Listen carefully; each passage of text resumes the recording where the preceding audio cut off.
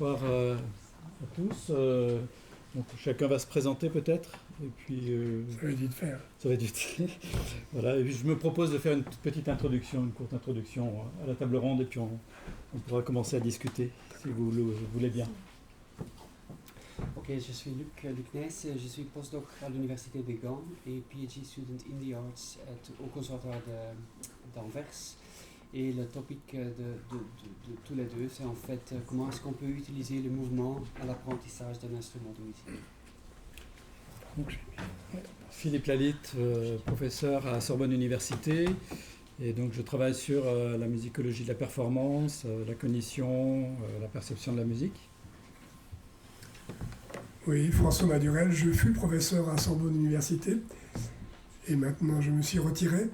Mais il y a plusieurs des personnes que vous avez entendues cet après-midi qui sont mes thésards et qui sont maintenant entre les mains de mon cher collègue Philippe Lalitte. Mais j'ai encore quelques neurones qui fonctionnent, ce qui justifie ma présence parmi vous aujourd'hui. Je suis Laura Ferreri et je suis maître des conférences à l'Université Lumière de Lyon 2. Et j'ai fait mes recherches dans les domaines des neurosciences et musique, notamment sur les plaisirs musicaux et la mémoire. Voilà, donc la table ronde porte sur musicologie et sciences cognitives. Quelles attentes, quelles limites? Je vais faire une très brève introduction pour lancer un peu la discussion, le dialogue. Je pense qu'on peut faire remonter la première tentative de dialogue entre musique et sciences cognitives aux recherches d'Hermann von Helmholtz, publié dans son célèbre ouvrage Théorie physiologique de la musique fondée sur l'étude des sensations auditives, qui date de 1863. Et donc Helmholtz introduit son ouvrage ainsi. On s'est proposé dans cet ouvrage de rapprocher sur leurs frontières communes des sciences qui, malgré leur rapport naturel qui les unissent, malgré leur voisinage mutuel, sont restées jusqu'ici trop isolées les unes des autres. Il s'agit d'une part de l'acoustique physique et physiologique et d'autre part de la science musicale et de l'esthétique. Alors, cette expérience d'Helmholtz est restée finalement assez isolée et assez peu entendue de la part des musicologues. Et il va falloir attendre la Seconde Guerre mondiale, après la Seconde Guerre mondiale, pour qu'on commence à avoir un dialogue s'établir, même si les deux disciplines se sont forgées finalement sur des méthodologies différentes, des approches différentes, ont leur propre canaux académiques, revues, conférences, etc. Et bien sûr, les objectifs sont différents, puisque, en tout cas, après la Seconde Guerre mondiale, on définissait plutôt l'analyse musicale comme quelque chose de centré sur l'objet. L'analyse se donnait pour objectif de comprendre les processus de création, les œuvres dans leur contexte historique et géographique, dans leur structure, dans leur signification, afin d'en déduire des généralisations sur l'évolution des langages et des esthétiques, alors que les sciences cognitives de la musique étaient centrées sur le sujet et cherchaient à mettre en évidence les processus mentaux qui sous-tendent les comportements humains lors de l'écoute, lors de la production de la musique, et en définitive utilisent la musique, à l'instar du langage, comme un moyen d'investigation pour comprendre le fonctionnement du cerveau humain. Alors ces deux disciplines se sont entendues parfois ne se sont pas compris. On a souvent vu des critiques de part et d'autre. Mais je crois qu'on peut dire qu'il y a deux ouvrages qui ont vraiment permis de lancer le dialogue. Et tous deux sont parus dans les années 50 en fait. Le premier c'est Emotion and Meaning in Music, publié en 1956 de Leonard Meyer, qui a puisé son inspiration dans la Gestalt psychologie, mais aussi dans diverses théories sur la motivation, sur l'apprentissage et sur les émotions. Et puis en France, Robert Frances, La perception de la musique en 1958, qui relate des expériences perceptives, mais fondées sur des catégories musicologiques. Voilà, et donc, à la suite de ces deux ouvrages, eh bien, l'idée que la théorie musicale pouvait offrir une base solide aux études comportementales des psychologues, et complémentairement que les données expérimentales les modèles perceptifs pouvaient servir de fondement à l'analyse et à la théorie musicale, a commencé finalement à faire son chemin et à émerger.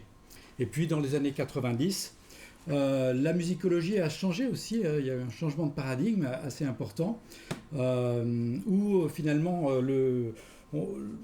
l'objet l'objectif, c'est un petit peu déporté, hein, c'est plus seulement l'objet musical observé au niveau neutre, hein, pour reprendre le concept de Molino, mais en intégrant le sujet, que ce soit dans le domaine de la sémiotique musicale, de l'analyse cognitive ou de la musicologie de la performance.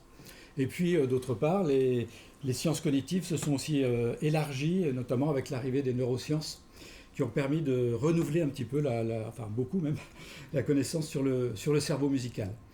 Donc on peut effectivement se poser la question, et c'est l'objet de cette table ronde, hein, qu'est-ce qu'attendent les neuropsychologues, les musicologues? Je me tourne vers toi, Laura. Dans quelle mesure les recherches en musicologie peuvent servir les recherches en sciences cognitives? Quel type de recherche, quels apports théoriques en musicologie peuvent inspirer les psychologues? Et en retour, qu'est-ce que les musicologues attendent des recherches en sciences cognitives au sens large du terme, hein, psychoacoustique, psychologie, neurosciences.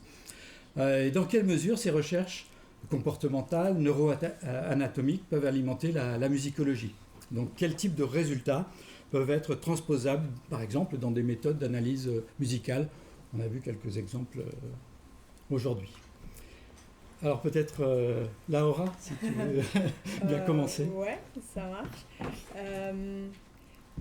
Oui, enfin, d'abord, en effet, remarquer ce que tu viens de dire par rapport à l'évolution qu'on a eue par rapport même à la recherche sur la musique dans les domaines des neurosciences, qui est due d'une côté au développement des techniques de neuroimagerie, mais aussi à ce que ces techniques ont mis en évidence, c'est-à-dire des réseaux et des capacités du cerveau, des premiers jours de vie, de répondre à la musique, qui ont fait en sorte, et aussi dans notre cerveau, à se modifier en réponse à la musique, avec la pratique musicale, etc., tout en mettant en lumière aussi des mécanismes de plasticité neuronale, par exemple.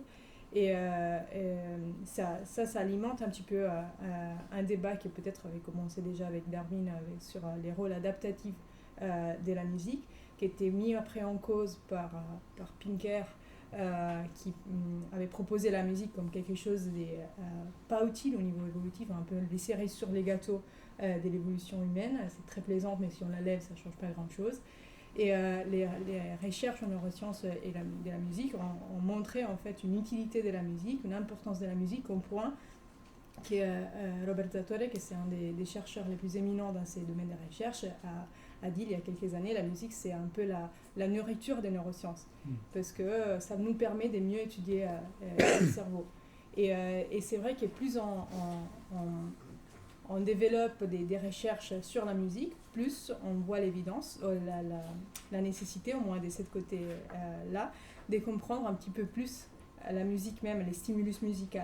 Parce que quand, d'un point de vue de psychologie expérimentale, on se pose la question de faire une expérience sur la musique, ben, une des questions les plus difficiles auxquelles répondre, c'est quel type de musique, quel type de stimulus, comment contrôler les stimulus, et tous ces genres de questions qu'un psychologue n'est pas forcément censé à savoir et à savoir développer.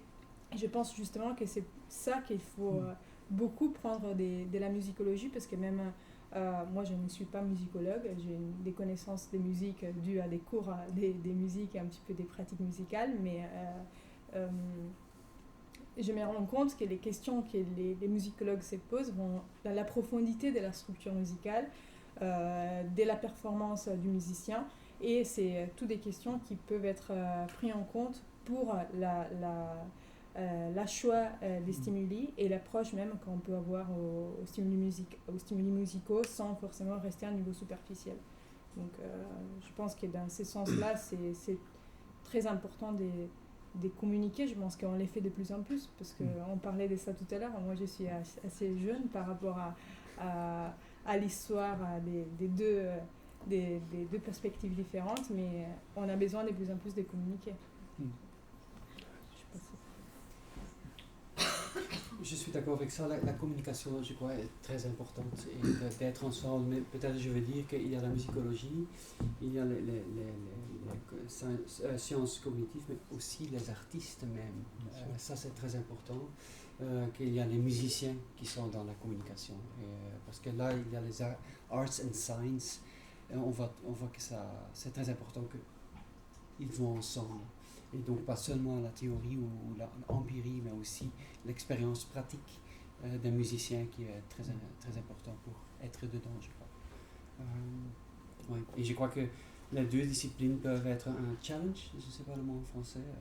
Défi. Un défi l'un pour l'autre. Par exemple, je me rappelle tout au début, quand je voulais savoir comment l'instrument de musique pourrait être incorporé, je voyais le travail de Iriki et Maravita qui travaillaient avec des chimpanzés et des sticks, un bâton. Alors je leur ai envoyé un email, oui c'est hyper intéressant, mais évidemment un stick, c'est un instrument de musique, c'est pas seulement un stick, donc c'est un peu plus compliqué. Donc, et cette chose compliquée de jouer de la musique, ça je crois que c'est un des défis les plus importants, c'est la complexité et comment étudier cette complexité. Oui, je voudrais ajouter quelques petites précisions d'un point de vue historique, parce que j'ai le privilège d'être un peu âgé, comme on dit, ce qu'a suggéré la jeune collègue. Par rapport à Helmholtz, j'ai encore quelques espérances. Oui, mais ce que je voudrais souligner, pour que la relation entre la musicologie, on va dire aujourd'hui les neurosciences cognitives, on va dire ça comme ça, hein. Et à l'époque où j'ai commencé, c'était les sciences cognitives tout court, c'était pas encore les neurosciences cognitives. Il faut accepter de se décentrer. Ça ne veut pas dire que je suis musicologue, j'abandonne ce que je sais musicologiquement et en tant que musicien pour que le psychologue puisse faire ce qu'il veut, c'est pas ce que je veux signifier. Mais ça veut dire que provisoirement, je vais mettre entre parenthèses certains de mes prérequis, ou de mes acquis même carrément, pour que l'expérience puisse se faire. Parce que si je pose au préalable que l'expérience n'est pas possible parce qu'elle écrase par exemple la perspective historique, il n'y aura aucune expérimentation. C'est d'ailleurs ce qui s'est passé dans les temps héroïques, c'était avant Philippe encore, hein, où la plupart des musicologues refusaient les demandes de collaboration parce qu'elles étaient formulées avec une telle brutalité, pour nous, que mes collègues, ils ne répondaient pas. Il n'y avait pas de réponse. Donc, personnellement, j'ai mis à l'épreuve, si vous voulez, ce décentrement un peu douloureux parfois. Donc, je participais à des recherches. Souvent, j'ai fabriqué des stimuli, comme on dit, enfin, de la musique écrite ad hoc. J'en ai fait des kilomètres. Hein. Et pour voir ensuite l'expérimentation être menée par mes collègues psychologues, voir leurs conclusions. Mais après, il y avait un troisième temps, et c'est le troisième temps qui manque. C'est la prise de recul, la prise de distance, pour dire, voilà, vous arrivez à tel résultat généraux, mais, et c'est le mais, si vous voulez, qui a souvent manqué. Alors, depuis tout ce temps-là, le temps a beaucoup coulé. Hein. Aujourd'hui, avec les nouvelles technologies, on peut voir, on peut situer l'activité cérébrale, ce qui ne veut pas dire que l'on voit comment les gens pensent et comment ils entendent. On voit les flux sanguins, on voit l'activité électrique ou électrochimique. Bon. Tout ça, ce sont des outils dont on ne disposait pas il y a encore 30 ans, par exemple. Et ça a provoqué un mouvement de bascule. Et j'ai encore le souvenir très précis du virage très brutal qui a été pris dans les années 90. Quand j'ai commencé, c'était la représentation mentale. Ce qui intéressait la psychologie cognitive, c'était la représentation mentale, abstraite si vous voulez, des structures musicales, principalement de la musique tonale occidentale. C'était très, très européen-centré, on va dire. Hein. Et puis, il y a eu les fameux travaux de Damasio, qui a dit « pas de cognition sans émotion ». Et alors là, j'ai vu mes collaborateurs les plus durs, hein, les cognitivistes les plus durs, donner un coup de volant très, très brutal, et j'ai vu revenir les émotions. Les émotions, c'est comme un bouchon de liège dans un lavabo. Vous appuyez sur le bouchon, vous levez la main, hop, le bouchon il remonte. Et j'ai vu remonter les émotions. Aujourd'hui, on a réintégré les émotions et le corps, le geste, enfin la cognition incarnée. Je pense que les perspectives aujourd'hui de collaboration sont beaucoup plus faciles et plus attrayantes, si vous voulez, qu'elles ne l'étaient quand j'ai commencé. Où j'étais une sorte de transfuge, en quelque sorte. Les collègues musicologues se disaient « mais qu'est-ce que tu vas faire après ta force de travail à une autre discipline, alors qu'il y a tant de choses à faire en musicologie ?»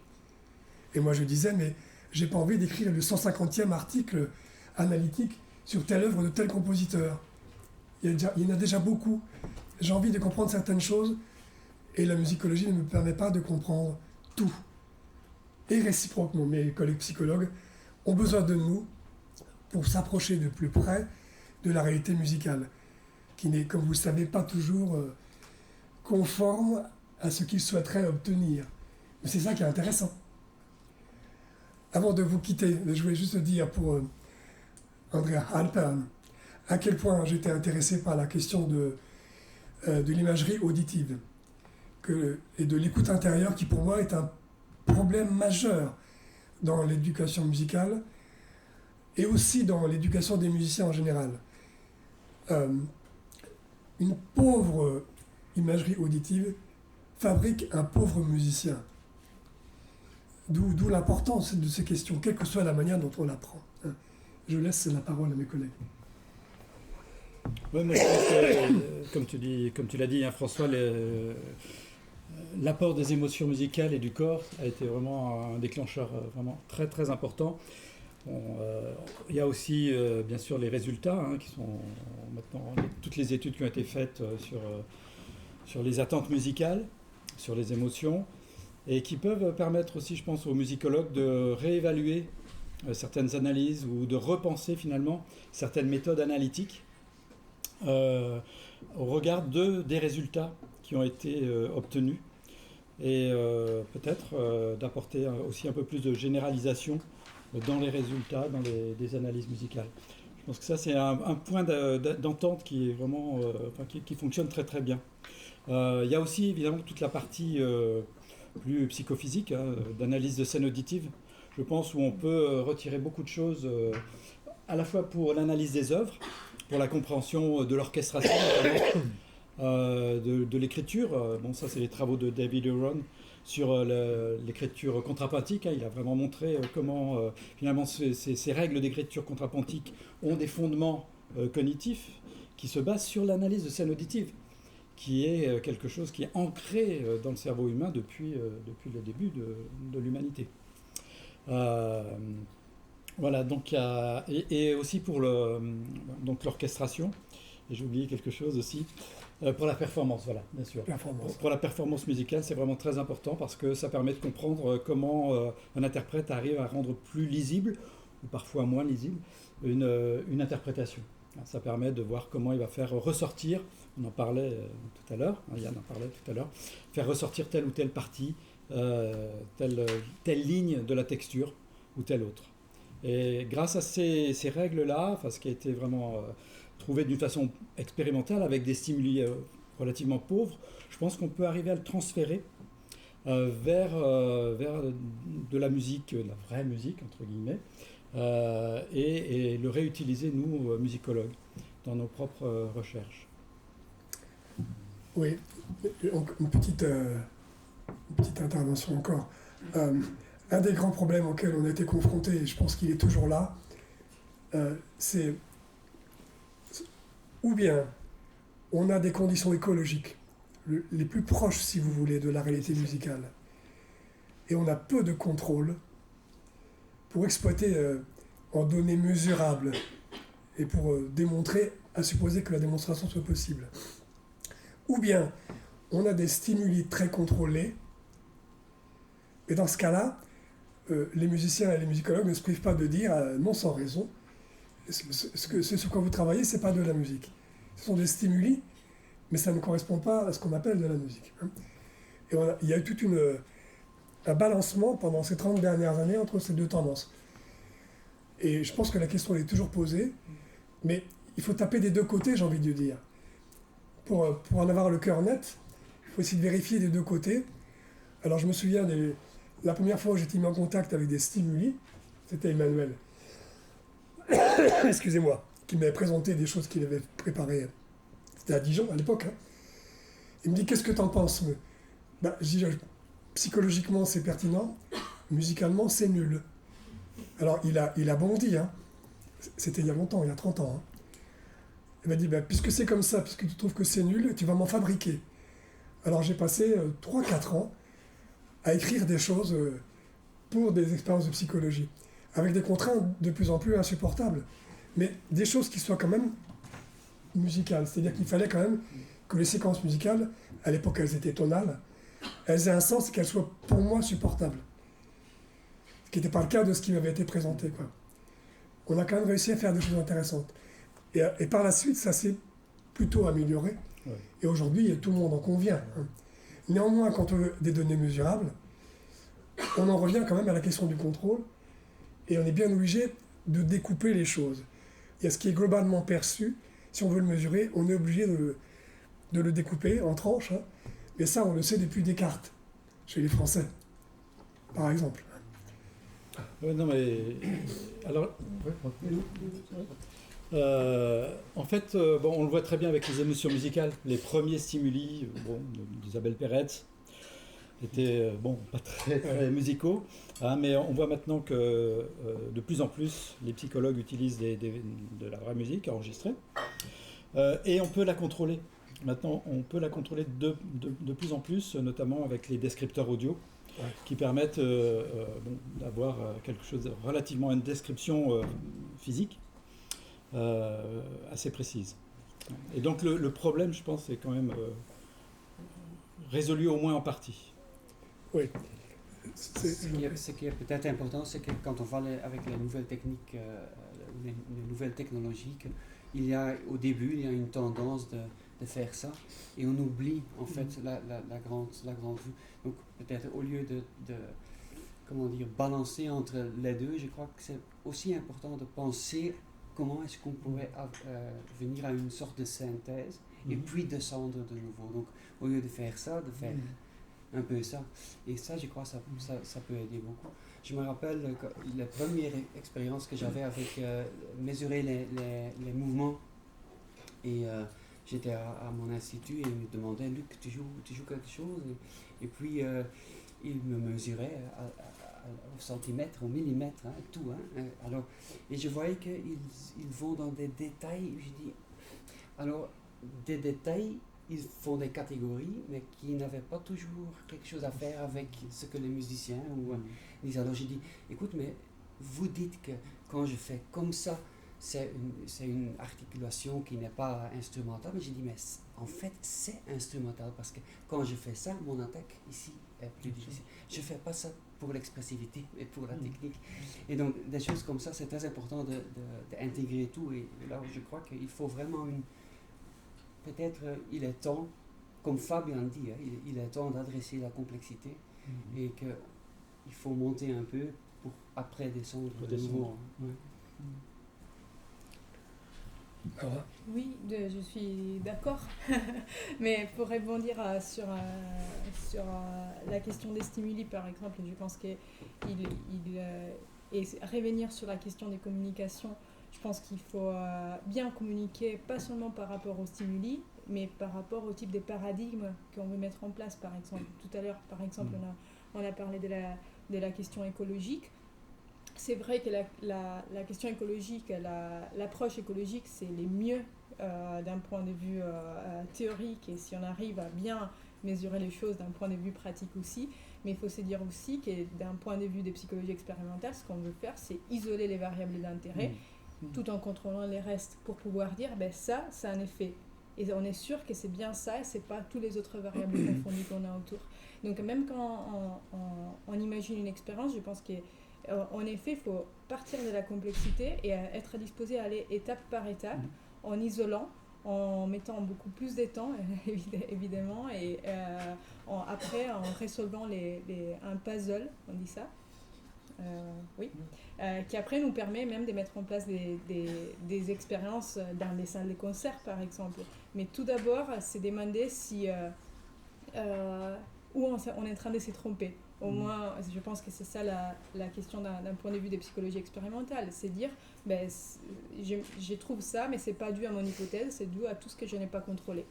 Et c'est comme ça qu'on arrive à un bon paradigme. Et en ça, je pense qu'il faut beaucoup parler entre disciplines. Il y a une autre question qui est apparue dans la journée, alors en filigrane. J'aimerais dire quand même quelques mots parce qu'elle me semble importante, surtout ici. C'est la question linguistique. dire que nous lisons les travaux de nos collègues anglophones. Je pense à Madame Alpern, je l'ai lu, je la lis encore, et je la lirai encore. Mais il y a un grand nombre d'ouvrages très anciens de la vieille psychologie française qui ont été traduits très tardivement et que nos collègues anglo-saxons, comme on dit, ont découvert parfois avec plus de 30 ans de décalage. Et lorsqu'ils les ont découverts, ils disposaient d'outils technologiques que les auteurs francophones, dont les auteurs francophones ne disposaient pas. Un exemple très frappant, c'est le livre de Française, qui est un livre pionnier, si on veut, qui date de 58. La traduction, c'était J.D. Rowling, si je ne me trompe pas. Je crois que c'est 84 ou 88, il y a une traduction partielle qui a été faite. Et donc les Américains ont aux États-Unis, ils ont découvert le travail de Française. Et j'ai un autre exemple encore plus fracassant, parce qu'il est vraiment fracassant. Je l'ai entendu de la bouche de monsieur Rizzolatti. Ça vous dit quelque chose là, voilà ? Oui. Hein ? L'homme des neurones miroirs, entre autres. Hein. Et Rizzolatti a reconnu, c'était dans une séance privée au Sénat, dans laquelle je me trouvais, mais j'étais tout seul, si vous voulez, de mon espèce. Et il a dit, si on avait pu lire Merleau-Ponty en français dans le texte, on aurait gagné 30 ou 40 ans. Parce que Merleau-Ponty ne pouvait pas connaître les neurones miroirs, il n'avait pas les outils technologiques, mais il avait compris le mécanisme. Ce n'est pas moi qui le dis, c'est Rizzolatti qui le dit. Et là, on voit le problème linguistique. Alors, comme aujourd'hui, si vous voulez, tout le monde publie en anglais. On en est même arrivé à un stade où on parle anglais quand on est à Paris, pour se faire comprendre de toute la salle. Le problème linguistique est en train de s'estomper. Bon, mais historiquement, il était très très dolosif, parce qu'il a freiné la recherche, et il a freiné la communication des résultats.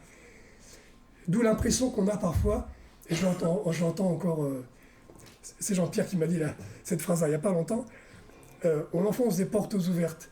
Oui, forcément, on enfonce des portes ouvertes. Mais c'est Emmanuel qui me disait, mais encore faut-il être sûr que la porte, elle est vraiment bien ouverte, parce que si elle n'est pas bien ouverte, on se cogne contre la porte. Oui, hein. Donc c'est une explication un petit peu historique de tout ce qui s'est passé les 3 dernières décennies. Question linguistique, question pratique. Si je pense à l'importance du mouvement, par exemple, il y a Dalcroze et tout ce qu'il a écrit. Parfois, j'ai l'impression qu'on est en train de réinventer les choses. On ne lit pas beaucoup ce qu'il a écrit. Même dans des instituts où on ne étudie que le mouvement, mais Dalcroze, on n'a pas lu. Et il dit des choses très intéressantes que maintenant on retrouve d'une façon scientifique, soi-disant, mais même chose, on pourrait aller plus vite si aussi on regarde à la pratique comme ça. Les gens qui font. Oui, les gens qui font. Oui, les gens qui font.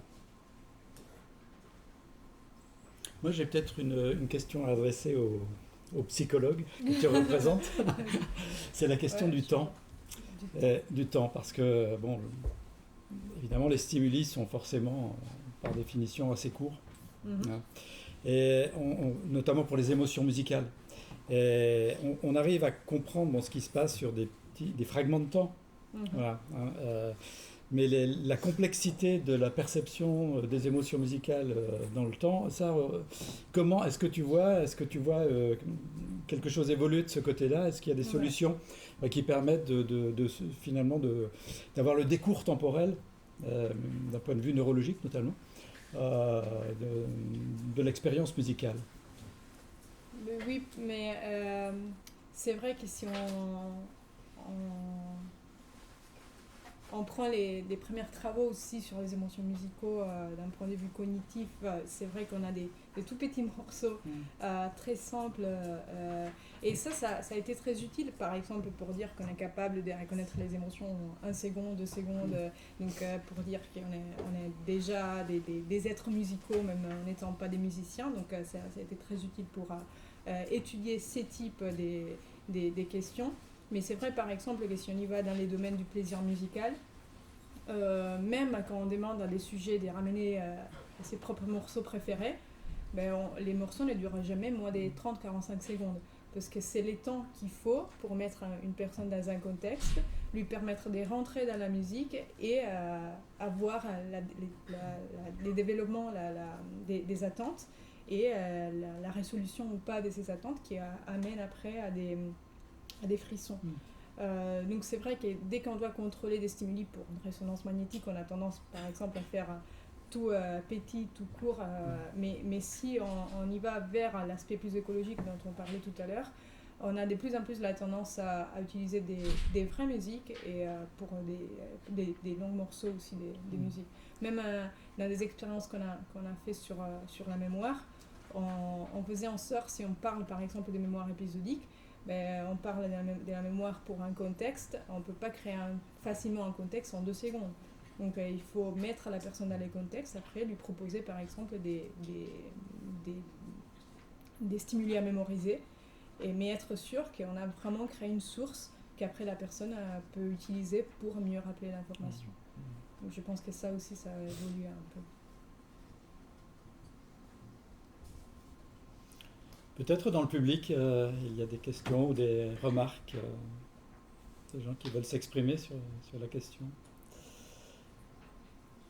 Concernant les limites de la langue, alors je viens de la Hongrie et puis nous avons naturellement une culture pédagogique musicale extrêmement forte et ces limites de langue sont encore plus douloureuses pour nous naturellement puisque nous avons presque tout.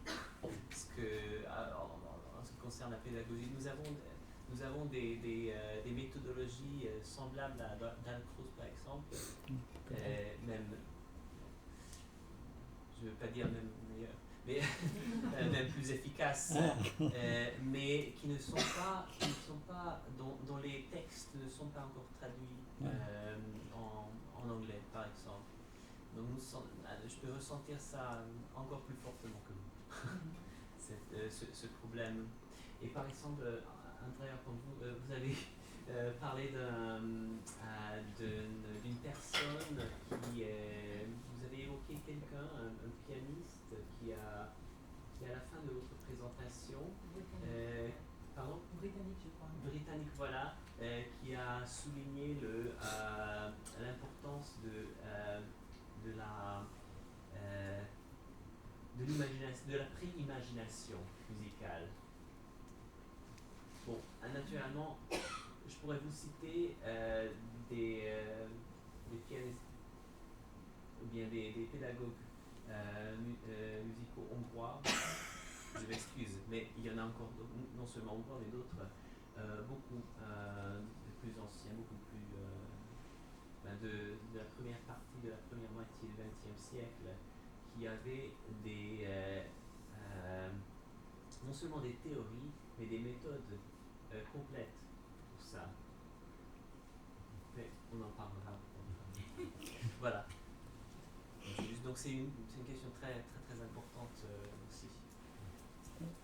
Peut-être ce que je pense souvent, c'est que moi je trouve que la pratique est très importante pour les musicologues, pour les scientistes, mais l'inverse est aussi très important, parce que pour moi la pratique est aussi un domaine où souvent on croit qu'on a la vérité et la méthode la plus efficace, mais quand on rencontre alors des méthodes scientifiques, peut-être que c'est pas toujours comme ça. Donc ça c'est très important. Moi je crois qu'il est temps de vraiment, pas seulement la musicologie et la science cognitive, mais vraiment d'aller à un domaine plus intégratif où la pratique aussi pédagogique doit entrer. Parce que par exemple, dans le Dalcroze, ils font des choses très belles, mais moi je ne vois pas beaucoup de recherche là-dessus. Donc, mais quand on va dans les cours de Dalcroze, on dit ouais, ça marche magnifique, et on a de l'expérience de 1 ou 2, 3 leçons, mais est-ce qu'on suivit ça? nous, les scientistes, les chercheurs. Donc, vous voyez, ça, je crois, c'est aussi très important. Donc, tout le monde doit se communiquer l'un avec l'autre et pas seulement entre domaines académiques. Ouais, bien sûr. J'ai une petite réflexion qui me vient à partir des dernières discussions, et j'ai l'impression que c'est vrai un peu dans tous les domaines scientifiques aujourd'hui, c'est-à-dire que quand on regarde les références en fin d'un papier, d'un article scientifique, on voit que la durée, l'empan temporel est très court, c'est-à-dire que comme s'il n'y avait plus de mémoire, comme si, vous avez cité des pédagogues du 19e siècle, il y a évidemment des gens qui ont réfléchi sur ces questions de transmission, de pédagogie, de gestes musical. Mais c'est vrai que dans la frénésie de la publication scientifique, dans la revue de rang 1, etc., on finit par perdre complètement la tête et avoir le nez dans le guidon en permanence à vouloir citer les derniers trucs à la mode, sans se dire que peut-être dans Merleau-Ponty ou dans Husserl ou peut-être même dans Spinoza il y avait des choses plus intéressantes. Juste avant, derrière, et puis après On réinvente les théories toujours en psychologie, c'est un problème pertinent en général. Pas seulement en psychologie à mon avis. Dans tous les domaines. En psychologie, certainement. Dans tous les domaines, je crois. Bon, j'ai le micro maintenant. Je viens de Genève, mais d'origine je suis hongroise. Et à Genève, je tiens une école Kodály. Permettez-moi de citer un petit texte début du XXe siècle de Zoltán Kodály qui peut résonner à plusieurs choses qu'on a entendues ce jour-là ici. Je suis particulièrement heureuse avoir participé à cette journée. Kodály dit « Les ingrédients nécessaires pour faire un bon musicien peuvent se résumer en 4 points. Une ouïe, une intelligence, un cœur et une main cultivée. Ces 4 ingrédients doivent se développer parallèlement, en constant équilibre. »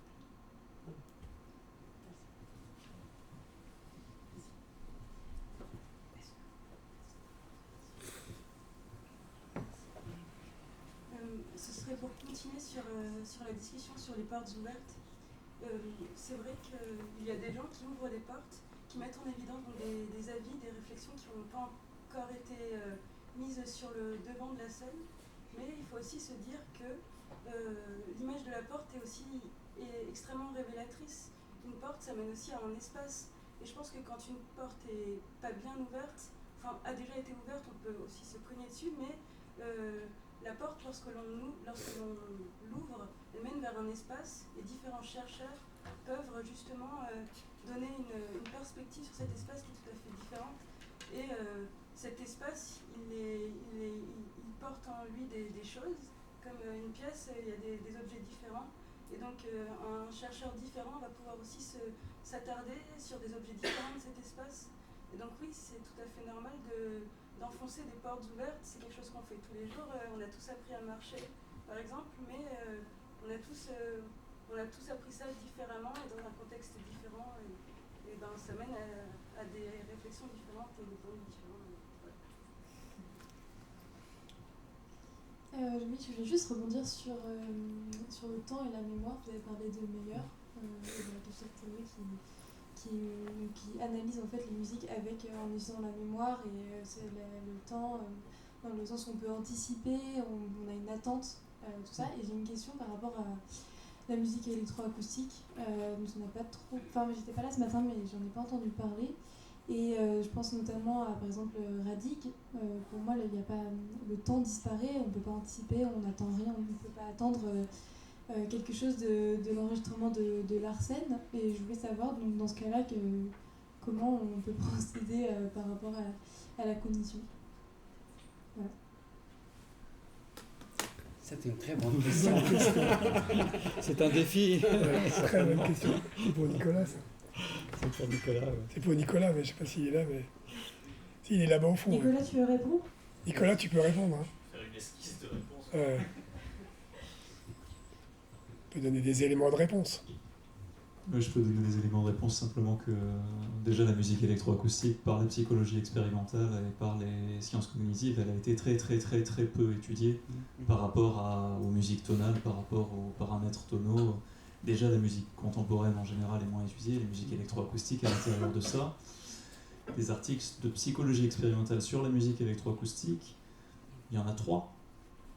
4, ou si on est gentil, qui vont vraiment aller chercher, non pas sur des aspects de timbre et des aspects particuliers, mais sur des œuvres électroacoustiques et aller chercher vraiment là-dedans.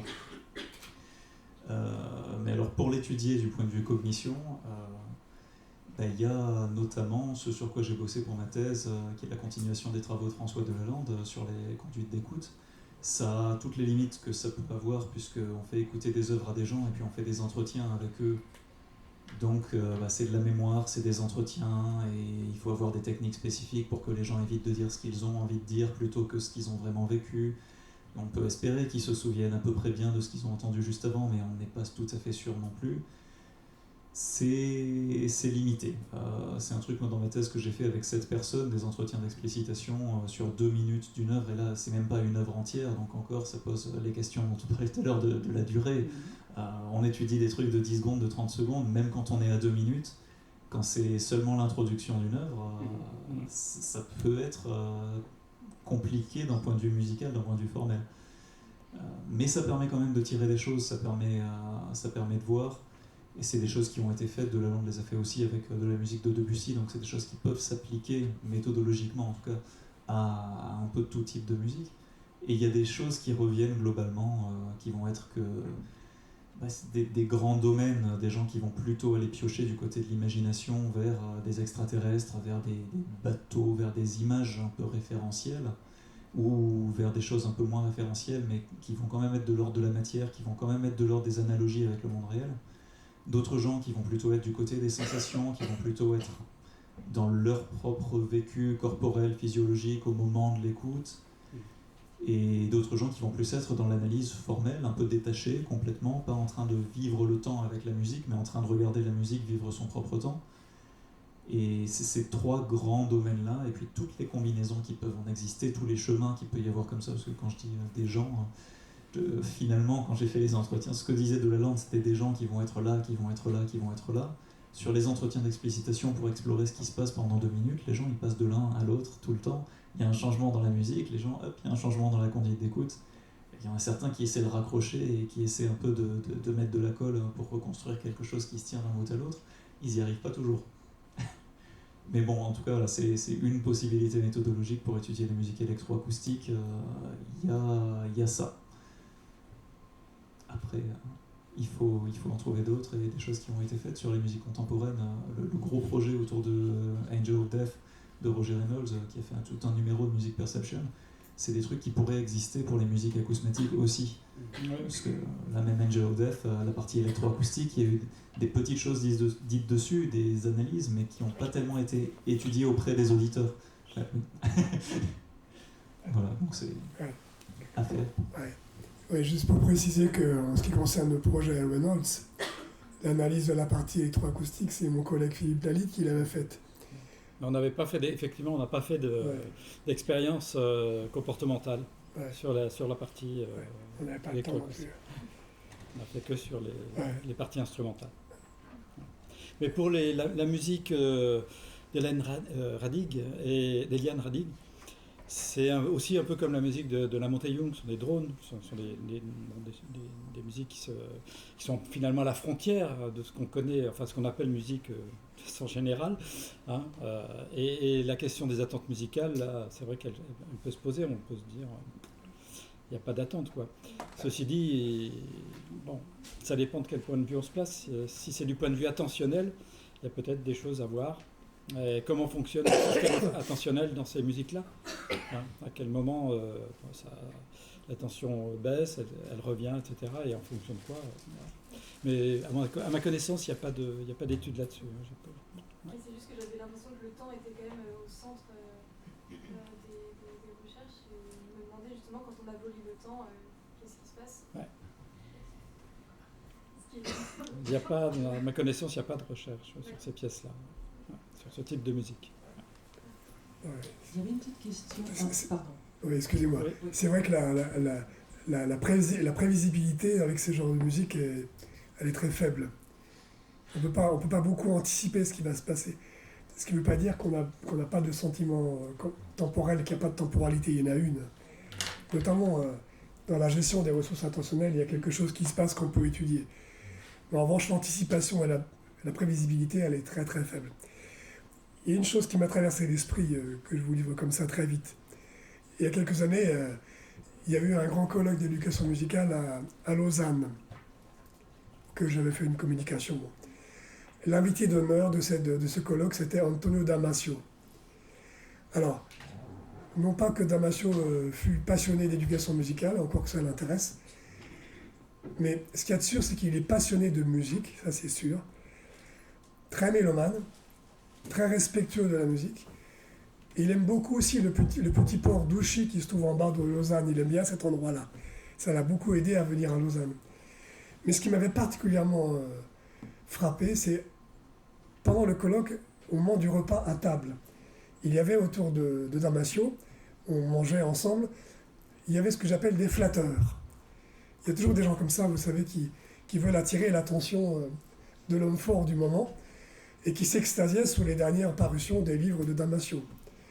En lui disant, ah, monsieur Damasio, c'est extraordinaire ces livres que vous avez sortis. C'est très bien pour la vulgarisation, etc. Et Damasio les a regardés très calmement. Et puis il leur a dit, après quelques secondes de réflexion, ce n'est pas de la vulgarisation. Je fais le point avec moi-même. Et puis la conversation, elle est tombée comme un coup près. Et les flatteries, ça a été terminé. Tout ça pour vous dire que par rapport à la musique, il faut rester très modeste. Il faut avoir de l'ambition, mais en même temps, il faut rester modeste. La musique est grande et on essaye de comprendre. Voilà, on essaye de comprendre. Ouais, voilà. Alors j'avais une petite question par rapport au thème de la table ronde. La question est adressée à Luc et à Laura. Un petit peu dans votre quotidien, pour explorer un peu le rapport qu'il y a réel dans la recherche, dans ce que vous faites entre musicologie et neurosciences. Est-ce que, aussi bien dans la représentation de vos propres laboratoires ou plutôt dans les collaborations pour des publications, vous sentez que ce dialogue est vivant?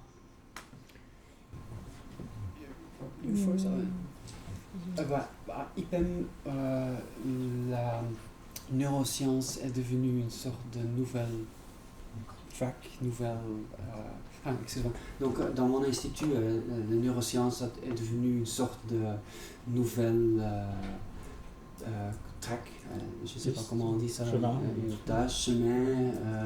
On a des EEG devices maintenant, et on veut étudier l'interaction entre deux personnes.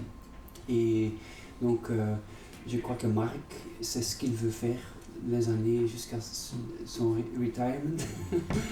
C'est ça, c'est de vraiment aller dans cette direction, et surtout ce qu'il a écrit dans son dernier livre sur l'interaction et l'alignement, l'entraînement et tout ça, la prédiction, de connecter la théorie des systèmes dynamiques à le mesurement avec les EEG, par exemple. Donc c'est vraiment là. Et tout ça, je le dis de nouveau, tout ça en dialogue continu avec la création artistique.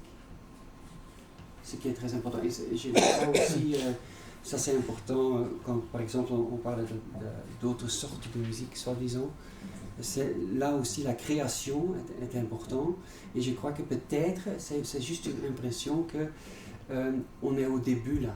Parce qu'avec toutes les nouvelles technologies, on fait des systèmes interactifs qui nous mènent hors de notre comfort zone, soi-disant. Et la prochaine chose à faire, c'est alors de bien savoir quelle recherche on peut faire avec.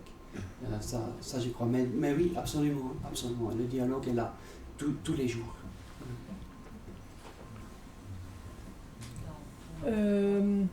Dans mon cas, c'est plutôt vraiment de la collaboration. C'est-à-dire que peut-être c'est un peu à la limite ça, mais on y va vers la musicologie quand on sent l'exigence et on ne sait pas trop quoi faire avec ce qu'on avait en tête. Donc on est à ce niveau-là.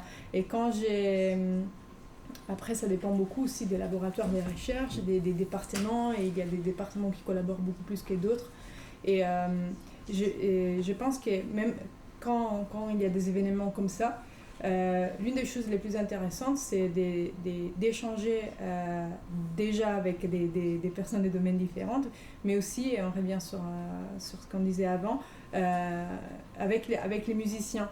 C'est-à-dire que c'est dans ces types d'événements-là qu'on a vraiment les différents aspects, psychologie, neurosciences, musicologie et performance musicale dans la même salle. Et souvent, ce qui m'arrive, c'est que j'ai des questions de recherche qui naissent par des questions qui apparemment sont très naïves, mais qui ne sont pas du tout en fait.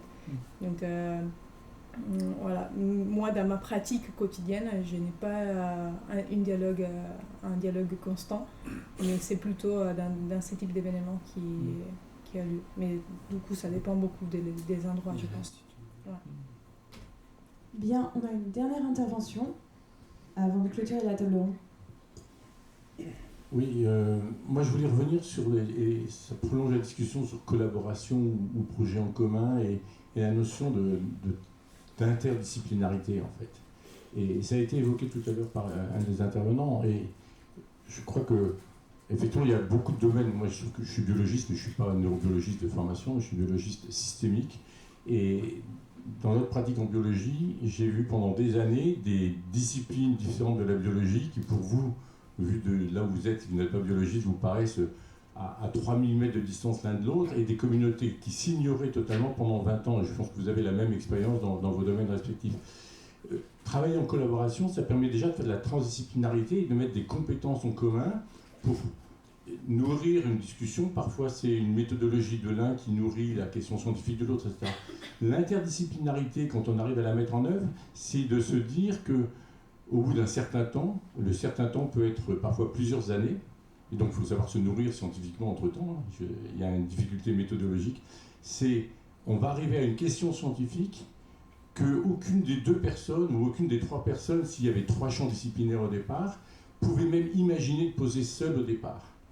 Parce que ça revient à la modestie de se dire que la question scientifique que l'on pose, elle est le fruit de notre culture scientifique, de notre connaissance, mais aussi de nos incompréhensions ou de notre ignorance, et que donc, en interdisciplinarité, on sort de sa zone de confiance, et on commence par être, entre guillemets, à poil, à être obligé d'expliquer tout aux deux autres ou aux trois autres, et réciproquement, jusqu'au moment où, parce qu'on avait défini un champ commun d'exploration scientifique, on se rend compte que la question peut être posée différemment, et avec un peu de chance, la manière de poser la question va être fructueuse, et donc cette interdisciplinarité va donner un résultat. Mais ce n'est pas souvent le cas. C'est extrêmement demandant dans le temps et dans l'énergie. Il faut reconnaître que dans le système de recherche que l'on connaît, en particulier en France aujourd'hui, c'est mortel pour un doctorant. Presque mortel. Je ne veux pas être pessimiste. Donc ça pose des problèmes d'organisation d'instituts, effectivement, de communautés qui se touchent les unes des autres de façon à pouvoir donner naissance à ça et en se donnant du temps pour ça. Et donc pour terminer là-dessus, juste pour rebondir, il se trouve que je ne suis pas du tout musicologue, donc je vous ai dit que je n'étais pas neurobiologiste, et je suis ici aujourd'hui parce que j'avais des raisons, j'avais vu le nom des organisatrices comme étant potentiellement liées à Hervé Platel. Hervé Platel, je l'ai croisé 5 fois dans des conférences de Radio France et INSERM, et la SACEM, je crois à l'époque, etc. Et je lui ai posé une ou deux fois une question. Je réfléchissais à un projet depuis 2010. Et il se trouve qu'on a déposé un projet cette année ensemble, après 1 mois et demi de réflexion pour le projet seulement depuis septembre dernier. C'est en musique électroacoustique. J'en ai jamais fait de ma vie. Et c'est avec quelqu'un qui produit de la musique électroacoustique et qui la produit non pas pour des raisons esthétiques, mais qui la produit parce qu'il pense qu'il se rend compte que cette musique, suivant ce qu'il fait, produit un effet de bien-être ou de mal-être chez l'auditeur, et non pas esthétique. Et lui, en tant que créateur de musique, dit « Je fais une très grande différence entre quand je fais de la musique pour des raisons esthétiques et quand j'essaye de produire cette séquence sonore que j'ai écoutée moi-même. » Et voilà, et pour vous dire que j'en arrive à être totalement ignare sur ce sujet-là. Je commence à connaître ça depuis 6 mois à peine. Et j'ai l'impression que je suis peut-être dans un champ où vous dites qu'il y a très peu de personnes aujourd'hui. Et où je me dis, mais qu'est-ce que je vais apporter là? Moi, je vais apporter ma compétence d'interdisciplinarité. Mais voilà, à part ça, j'ai peu de compétences en musique. Pas du tout en musicologie. Un tout petit peu en neurosciences, parce que maintenant je suis dans un département en neurosciences et j'essaye d'apprendre vite de la neuroscience. Mais bon. Et en sciences cognitives, j'ai croisé Laura il y a 2 ans, un collègue de la SACEM, uniquement parce que j'ai eu un financement SACEM pour un projet microscopique. Voilà. Donc l'interdisciplinarité demande beaucoup de temps, mais je pense que c'est pour des jeunes aujourd'hui, je dirais que si on a le goût du risque, c'est un endroit génial.